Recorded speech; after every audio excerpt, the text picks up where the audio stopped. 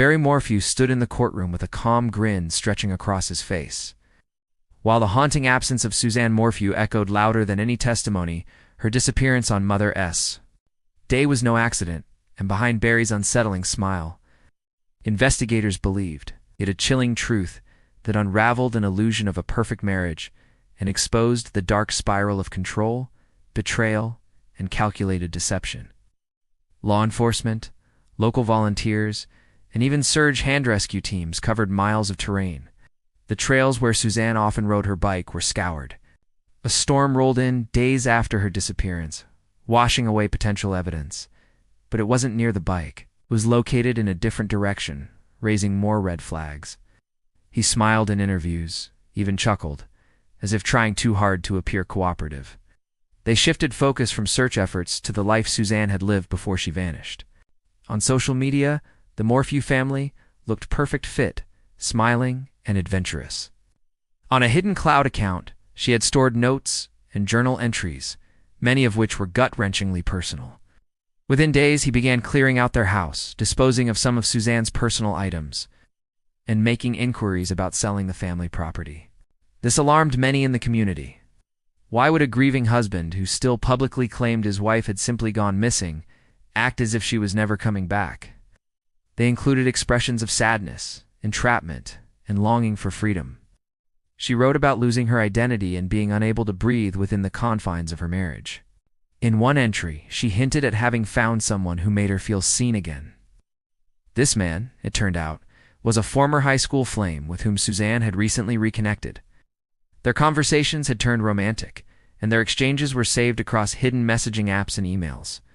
Barry was a well-known figure in their small Colorado town, a former firefighter turned successful landscaper. Suzanne was active in the community, always seen with a warm smile and a gentle demeanor. But when authorities started interviewing those close to the couple, cracks in that perfect image quickly emerged. Behind the scenes, investigators were beginning to piece together a darker narrative, one that would take months to fully unfold. By then, the FBI had joined the investigation, treating the case as more than just a missing persons report. A suspicion of foul play emerged quietly, but powerfully. The community, once hopeful for a quick return, began to grow fearful. Rumors started swirling. Some believed she had been abducted. Others whispered about family troubles. Suzanne's close friends described her as loving, but increasingly withdrawn in the months leading up to her disappearance.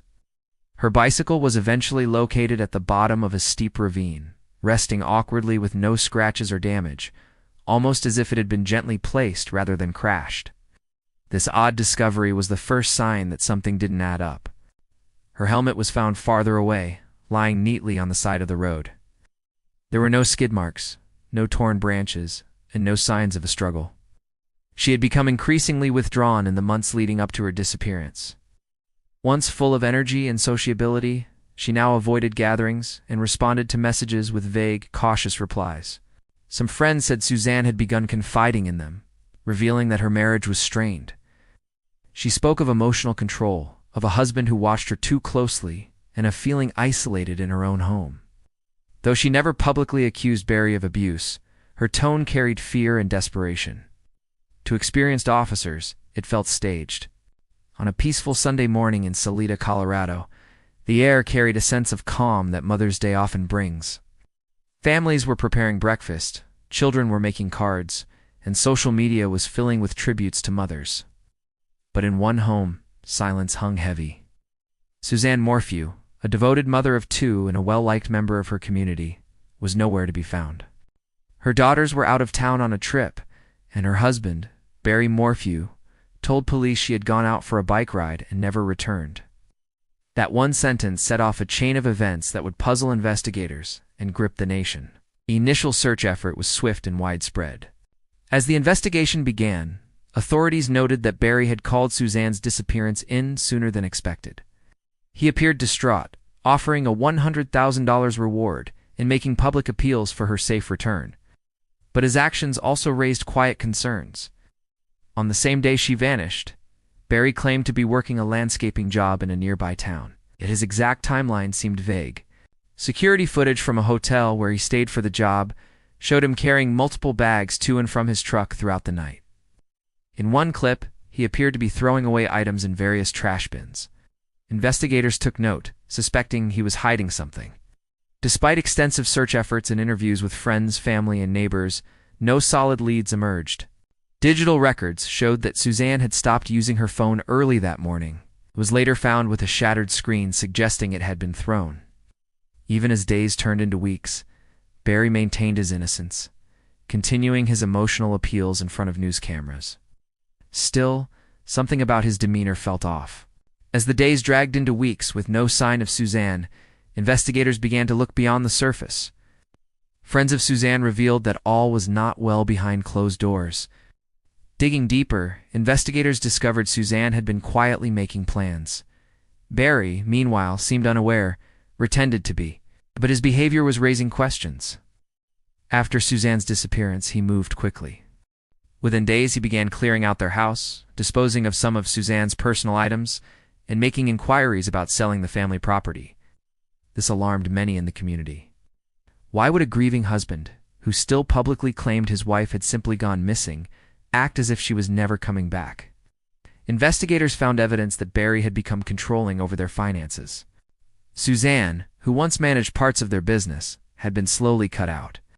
Her phone logs also revealed attempts to contact a divorce attorney, though no formal filing had occurred. 2 detectives. This painted a picture of a woman on the verge of leaving a marriage, one she no longer believed was safe or healthy. Forensic analysis showed it had last pinged in the area around their home, not near the bike trail where Barry said she went riding. The phone was later found off the main road, its screen shattered, suggesting it was tossed. Even more alarming, Suzanne's smartwatch data showed erratic heart rate readings in the early morning hours, then nothing. That sudden drop-off raised suspicions that she had experienced significant trauma or death in a short window of time. Financial records added more layers to the mystery. Suzanne had recently tried to access accounts that Barry had restricted. The once grieving husband, who had publicly pleaded for his wife's safe return, now stood accused of her murder. His arrest marked the beginning of a trial that would reveal unsettling details about the final months of Suzanne's life and raise serious questions about what really happened on that quiet Mother's Day morning.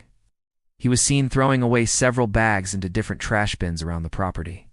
They pieced together a chilling timeline that painted Barry not as a heartbroken husband, but as a man desperate to maintain control. They alleged that Barry had discovered Suzanne's secret communications with another man and snapped. He knew she was preparing to leave him. Prosecution claimed Barry killed Suzanne in a fit of rage, likely sometime in the early morning hours, and then spent the day methodically covering up the crime. It's not just one, but multiple bins in separate locations. A strong chemical smell had lingered for days, neighbors said, something they hadn't noticed before. No blood or physical remains were found. The presence of these substances added to the growing theory that a violent act may have occurred within the home. When questioned, Barry claimed they were just normal items from his truck. But when investigators tried to recover the bags, they had already been collected and discarded, lost to the landfill. Still, the act itself felt strategic, like someone trying to get rid of something permanently. The timeline was becoming clearer. Suzanne had been preparing to leave Barry. She had reconnected with someone else.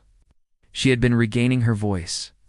He had also placed it on airplane mode for extended periods, making it difficult to track his location precisely. For someone supposedly worried about his missing wife, the digital trail told a different story, one of isolation, cleanup, and control. The image of Barry Morphew, smiling widely in front of cameras, began to haunt investigators. That confident grin, once seen as a sign of hope, now looked chillingly misplaced. Investigators began to theorize that Barry had used the time before sunrise to dispose of evidence and carefully plan the scene. Cell phones, GPS data, surveillance footage, and electronic records became the building blocks of a timeline that would raise even more disturbing questions about Barry Morphew's role in his wife's disappearance. What they uncovered began to contradict the story Barry had been telling from the beginning. And then, just as she was beginning to take control of her life again, she vanished. Investigators couldn't ignore the possibility that someone close to her knew far more than they were admitting. Suspicion was no longer just a shadow. It was now part of the case's foundation.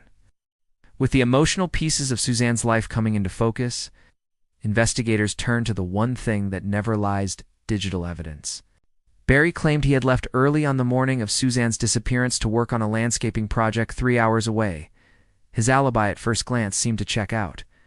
He had checked into a hotel the night before, and his truck was seen on various security cameras along the highway. But when investigators pulled the GPS data from Barry's work truck and mobile devices, a strange pattern emerged. On the morning of Suzanne's disappearance before sunrise, Barry's truck made several unusual stops.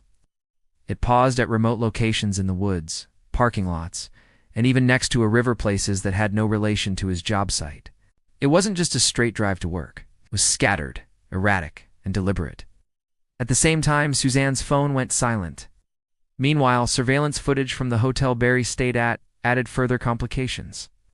Further analysis found Barry had used his phone very little during key hours. Back at their home, agents found traces of chlorine and harsh cleaning agents in the garage and near the entryway. As these puzzle pieces fell into place, the cheerful and grieving husband began to look more like a man covering his tracks. When Barry Morphew was finally arrested nearly a year after Suzanne's disappearance, it sent shockwaves through the town of Salida and across the nation. The prosecution's case leaned heavily on digital forensics, behavioral analysis, and circumstantial evidence. They built a timeline that showed Barry Morphew not as a grieving husband, but as a man desperate to stay in control. Prosecutors believed Barry had found out Suzanne was secretly talking to another man and was planning to leave him. They said he snapped, likely killed her in the early morning hours, and then spent the rest of the day trying to cover it up. They used phone data, GPS from his truck, and surveillance videos to show how his movements didn't match his story. He made strange stops, threw away trash in different places, and cleaned the house with chlorine. The case became a larger question. How can there be justice when there is no body and no witness? It all seemed like an effort to destroy evidence. Even without a body or a weapon, the small clues created a strong picture of guilt. But Barry's defense fought back hard. They admitted the marriage had problems, but said Barry loved Suzanne and had nothing to do with her vanishing. He walked out a free man and didn't speak to reporters. Others believed he was wrongly blamed.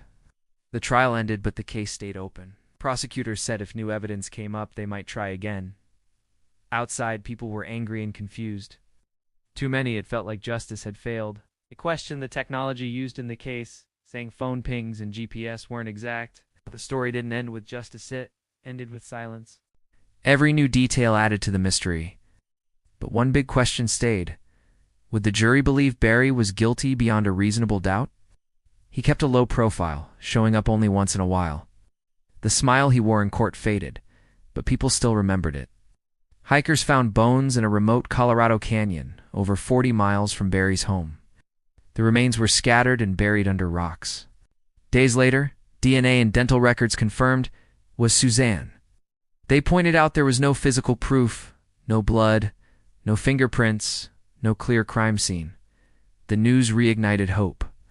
But the remains were too damaged to show how she died. No new clues, no DNA from a killer. The trail had gone cold again. To them, the case was full of guesses, not facts. The defense even suggested Suzanne might have run away or been hurt by someone else. They said police focused only on Barry from the start and ignored other possibilities.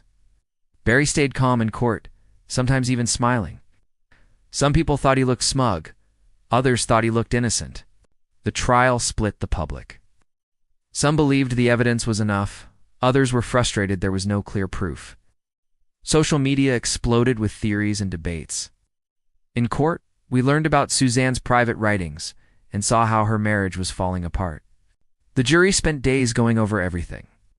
But in the end, they couldn't agree. There was no solid proof. So the judge declared a mistrial. The courtroom went silent. Suzanne's family looked crushed. Barry, calm as ever, just nodded. Dodd. Line debates raged on. Some thought Barry got away with murder. Almost a year passed. Then came a shocking twist.